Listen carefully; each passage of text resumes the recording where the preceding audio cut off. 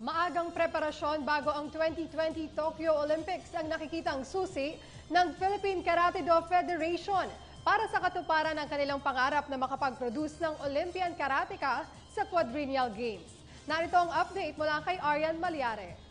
Isa sa pinakaaktibong national sports association sa bansa. Determinado ang Philippine Karate-Do Federation o PKF sa kanilang misyon na makapagpadala ng Olympian Karateka sa pagbubukas ng 2020 Summer Olympics.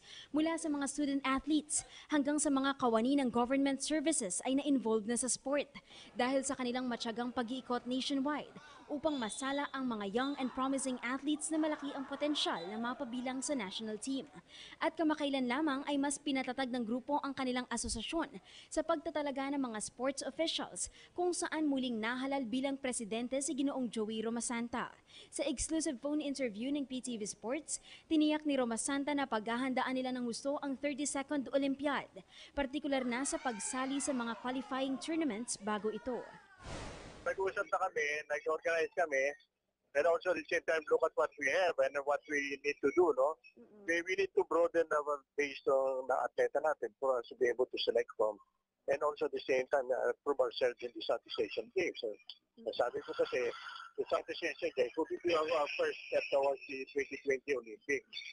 So, and then, buti nga tayo, meron tayong paghahandang SEA Games, Asian Games, and another SEA Games here. So, hopefully, mas maraming qualifiers. The main objective is here, is to have as many candidates to train and also at the same time to be able to have as many qualifiers.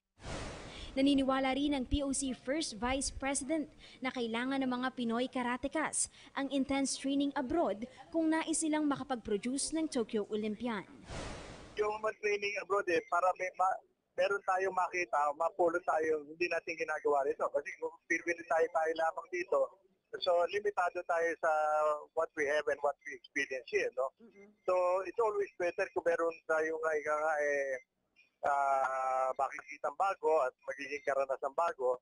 And also at the same time, yung ibang bansa rin naman, nagkaano rin mo sila na may makatapat na kagaya na not part of the program really for saka upgrading ng mga coaches and also sa mga refereeing judges. So, malaking trabaho. But this is our best chance for a gold medal in the Olympics.